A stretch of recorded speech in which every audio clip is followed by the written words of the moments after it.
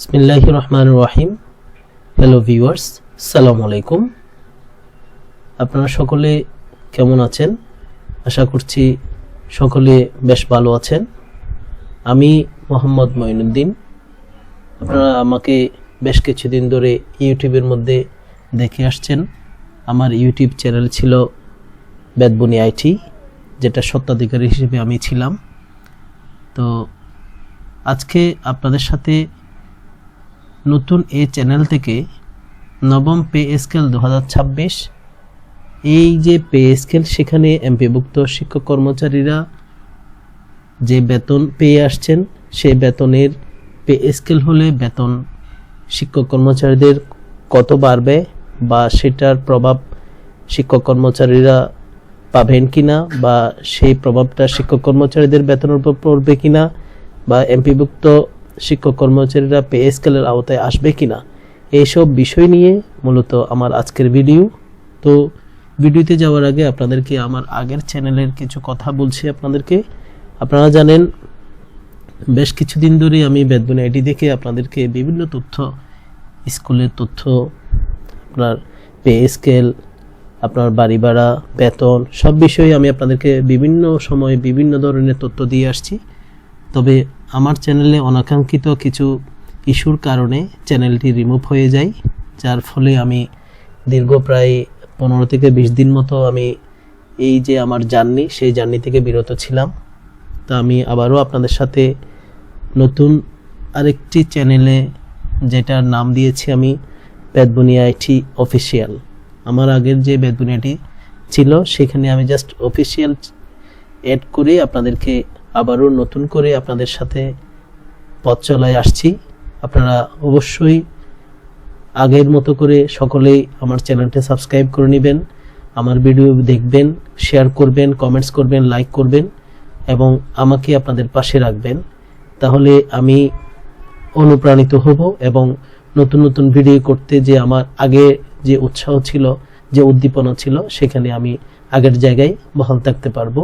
আশা করব আপনারা সকলেই আমাকে আগের মতো করে আমার চ্যানেলটা দেখবেন এবং আমাকে ভালোবাসায় রাখবেন। তো আজকের যেই থাম্বনেল, সেটা নিশ্চয়ই আপনারা দেখে বুঝতে পেরেছেন যে নবম পে স্কেল 2026 এমপিভুক্ত শিক্ষক কর্মচারীদের বেতন কত বাড়বে, সেই বিষয়ে আমি আপনাদের সাথে বিস্তারিত আলোচনা করব। তো আশা করছি আপনারা সকলেই ধৈর্য সহকারে আজকের ভিডিওটি শেষ পর্যন্ত দেখবেন। তো যে বিষয়টি আজকের, সেটা হচ্ছে এমপিভুক্ত শিক্ষক কর্মচারীরা নবম পে স্কেল কার্যকর হলে সেটার প্রভাব এমপিভুক্ত শিক্ষক কর্মচারীদের বেতনের উপর পড়বে কিনা, বা পে স্কেলের আওতায় এমপিভুক্ত শিক্ষকরা আসবেন কিনা, অনেকেই জানতে চাচ্ছেন। তো জানাচ্ছি, যেটা এখনো কিন্তু কিছুটা দোয়াশা রয়ে গেছে, যেহেতু আপনার সেটার গ্যাজেট হয় নাই। গ্যাজেট হলে আপনারা জানতে পারবেন যে এমপিভুক্ত শিক্ষক কর্মচারীরা সেটার আওতায় আসছে কিনা। তবে ইতিপূর্বে যতগুলো আপনার পে স্কেল হয়েছে, সবগুলোতেই কিন্তু এমপিভুক্ত শিক্ষক কর্মচারীদের বেতন যেভাবে আপনার বাড়ার কথা, সেভাবেই শিক্ষক কর্মচারীদেরও, সরকারি কর্মকর্তা কর্মচারীদের নিয়ে বেড়েছে। তো এবারও কিন্তু তার ব্যতিক্রম হবে না। তারপরেও যেহেতু এখনো গ্যাজেট হয় নাই, কারণ আপনারা এর মধ্যে শুনে আসছেন যে শিক্ষক এবং কর্মচারীদের জন্য আলাদা একটি বেতন কাঠামো করা হচ্ছে, এমনটা আপনারা শুনছেন। তো যতদিন না গ্যাজেট না হয়, ততদিন পর্যন্ত বলা যাচ্ছে না যে কি হতে যাচ্ছে, কারণ সেটার জন্য আবার মন্ত্রণালয় থেকে আলাদা শিক্ষক কর্মচারীদের জন্য আলাদাভাবে গ্যাজেট করতে হবে। তাহলেই আপনার শিক্ষক কর্মচারীরা যে পে স্কেলের আওতায় আসছেন, সেটা কিন্তু আপনারা বুঝতে পারবেন। তো আজকে পে স্কেল যদি কার্যকর হয়, বর্তমান সরকারে যেটা আপনারা শুনে আসছেন, যেটা সিদ্ধান্ত নেওয়া হয়েছে যে বর্তমান অর্থ বছরে পে স্কেল 50% আগের যে বেসিক ছিল, সেই বেসিক বা আগের যে নীতিমালা ছিল, সেই নীতিমালার উপর আপনার আগের যেই স্কেল ছিল, সেই স্কেলের 50% বাড়বে বর্তমানে। আগামী অর্থ বছরে তার 50% অর্থাৎ 100% বাড়বে, কিন্তু সেখানে এই অর্থ বছর হবে 50%, আগামী বছর অর্থ বছর হবে বাকি 50%, এর পরের বছর অর্থ বছর হবে অন্যান্য যে ভাতা দিয়ে আছে সেটা। অর্থাৎ 3 অর্থ বছর মিলিয়ে 100% বেতন ভাতা সব বর্ধিত হবে সকল শিক্ষক কর্মচারী সরকারি কর্মকর্তা কর্মচারী যারা পে স্কেলের আওতায় আসছেন সকলেরই। তো এই বছর অর্থ বছরে যদি বেসিকের 50% বাড়ে তাহলে আমি একটা এক্সেল শিট দাঁড় করিয়েছি যেখানে আপনাদেরকে বোঝানোর চেষ্টা করেছি এমপিভুক্ত শিক্ষক কর্মচারীরা যার গ্রেড যত আছে, আমি এখানে 4র্থ গ্রেড থেকে ধরে 20তম গ্রেড পর্যন্ত বুঝিয়েছি, যদিও বা এমপিভুক্ত শিক্ষক কর্মচারীরা 6ষ্ঠ 7ম গ্রেডের উপরে নাই।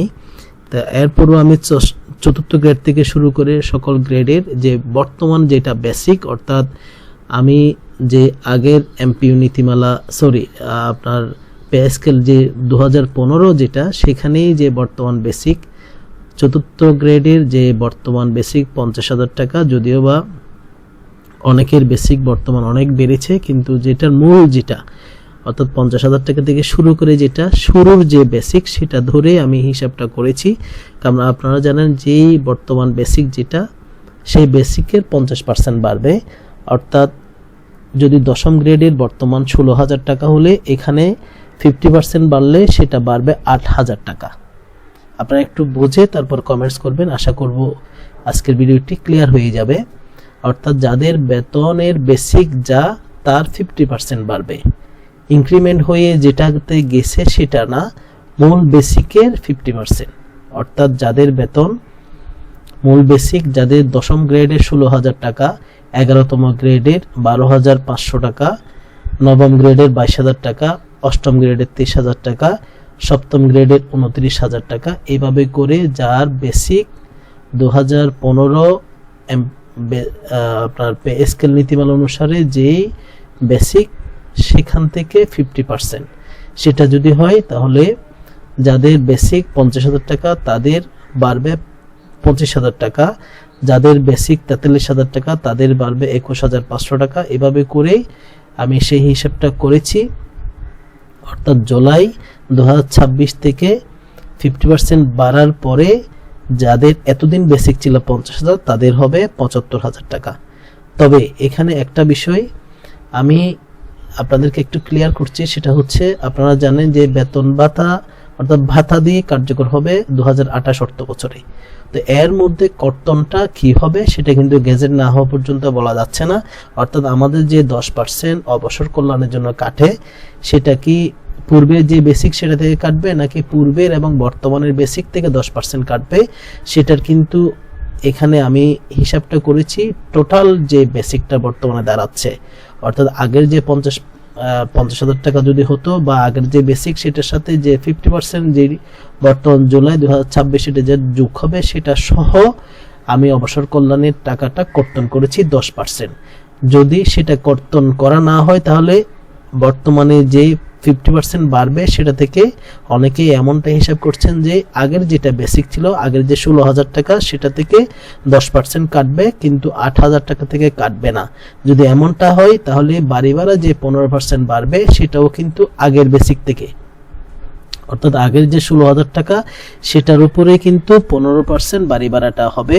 কিন্তু যদি আমি যে হিসাবটা এখানে করেছি সেটা হচ্ছে বাড়ি ভাড়া আপনার অবসর কল্যাণ সবগুলোই আগের যে বেসিক সেটার সাথে 50% যে বেসিক টোটাল যোগ করে যেটা হয়েছে সেটার উপরেই আমি 10% অবসর কল্যাণের টাকা কেটেছি।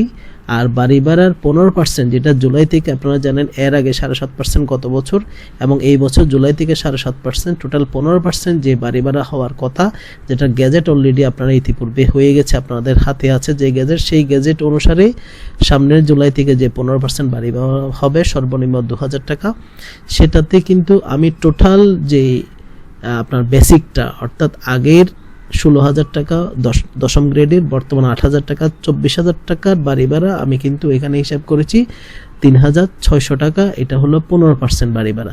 তো যদি বাড়ি ভাড়াটা যদি আমি হিসাব করতে পারি তাহলে অবসর কল্যাণও কিন্তু আমি হিসাব করেছি 50% সহ। আর যদি এমনটা হয় যদি আগের বেসিক থেকে যদি অবসর কল্যাণ 10% কাটে, বর্তমান যে 50% সেটা থেকে যদি না কাটে তাহলে কিন্তু বাড়ি ভাড়াও কিন্তু আগের যে বেসিক 16,000 টাকা সেটা থেকে 15% হবে। সেটার সাথে 50% যে বেসিক সেটার সাথে কিন্তু বাড়ি ভাড়াটা হবে না, কারণ ভাতাটি যদি পরের অর্থ বছরের সাথে যদি অ্যাড হয় তাহলে কিন্তু বর্তমান অর্থ বছরের সাথে ভাতাও যদি না হয় তাহলে কর্তনও হবে না, কর্তন না হলে ভাতাও হবে না। এটাই হলো আপনাদেরকে মূলত আজকের মেসেজ। ভিডিও লং হয়ে যাচ্ছে, আপনারা যদি এখানে আমি হিসাবটা যেটা করেছি সেটা হচ্ছে চতুর্থ গ্রেডের 50,000 টাকা জুলাই 2026 50% বেসিক বেড়ে 25,000 টাকা যদি বাড়ে তাহলে 75,000 টাকা, অবসর ও কল্যাণে 10% কাটলে 7,500 টাকা, 67,500 টাকা কর্তন বাদে থাকবে, 500 টাকা চিকিৎসা ভাতা, বাড়ি ভাড়া এটার উপর অর্থাৎ কর্তন করে যেটা আছে বা বেসিক মূল বেসিক যেটা সেটার উপর আপনার 15% বাড়ি ভাড়া টোটালি জমা হবে 79,250 টাকা। এটা হলো আপনার টোটাল দুইটা বেসিক মিলে, আগের পূর্বের বেসিক এবং বর্তমানে যে 50% বেসিক সেটা সহ আমি এই যে জমাটা হিসাব করেছি এখান থেকে কর্তন বাদ দিয়ে এবং বাড়ি ভাড়া 15% যোগ করে। তো যাদের নবম গ্রেড তাদের আগের ছিল বেসিক 22,000 টাকা, বর্তমানে বাড়বে 11,000 টাকা, 33,000 টাকা। সেখান থেকে অবসর কল্যাণ 3,300 টাকা আপনার, তারপরে বাদ দিয়ে হবে 29,700 টাকা, 500 টাকা বাড়ি ভাড়া, 4,950 টাকা হবে আপনার 15% বাড়ি ভাড়া, তাহলে 35,150 টাকা। কিন্তু তেমন একটা বেশি বাড়ছে না, কারণ অন্যান্য ভাতাদি সহ সব মিলাই এবং 50% সহ যদি এবছর হতো তাহলে কিন্তু সেটার এফেক্টটা অনেক বেশি হইতো। কিন্তু এখন কিন্তু সামান্য বেতন, অর্থাৎ যাদের বেতন দশম গ্রেডে যদি আমি হিসাব করি তাহলে 25,700 টাকা বা এটা আরো কমবে যদি আপনার 15% বাড়ি ভাড়া যদি দুইটা বেসিকের উপর না হয়, আগের বেসিকটার উপর হলে কিন্তু এটা আরো কমবে। তো সেক্ষেত্রে কিন্তু এখন অলরেডি এটা থেকেও বেশি পাচ্ছে বা এমন এই ফিগারটা পাচ্ছে এরকম কিন্তু এখন অনেক আছে 50% বেসিক যোগ হওয়ার আগেও। তো এটা আপনারা হিসাবটা একটু দেখে নিতে পারেন, আমার ভিডিওর ডিসক্রিপশন বক্সে আমি সেটা লিঙ্কও দিয়ে দিব, আপনারা এখানেও দেখতে পারেন। তো মূলত আপনাদেরকে বেদবুনিয়ারি থেকে আজকের প্রথম ভিডিও, আশা করব আপনারা ভিডিওটি শেষ পর্যন্ত দেখে লাইক কমেন্ট শেয়ার করে জানাবেন যে ভিডিওটি কেমন হলো। তো পরবর্তীতে এরকম নতুন নতুন ভিডিও পাওয়ার জন্য অবশ্যই আপনারা বেদবুনিয়ারির পাশে থাকবেন, বেদবুনিয়ারি চ্যানেলটি সাবস্ক্রাইব করে নেবেন এবং আপনারা যারা এতদিন পর্যন্ত বেদবুনিয়ারির উপর আস্থা রেখেছেন আশা করব আপনারা সেটা ভবিষ্যতে রেখে যাবেন। তো আজকে এই পর্যন্ত, পরবর্তীতে নতুন কোনো তথ্যে অবশ্যই বেদবুনিয়ারি অফিসিয়াল চ্যানেল থেকে আপনাদের সাথে আবার দেখা হবে। সে পর্যন্ত সবাই ভালো থাকবেন, সুস্থ থাকবেন। আসসালামু আলাইকুম।